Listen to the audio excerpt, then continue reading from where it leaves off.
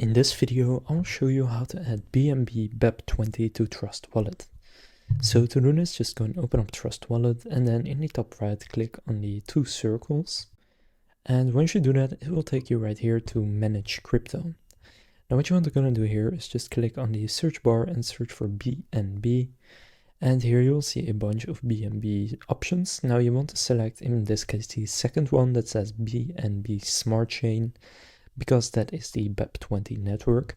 So just go and enable that. And now as you can see, when I go to the home screen and just refresh it, then you will now see BNB Smart Chain here. And if I click on it, you can see at the top, this is BNB Smart Chain.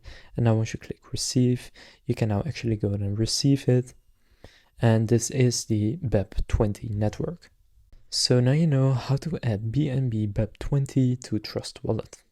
If this video was helpful, please consider leaving a like and subscribing to my channel.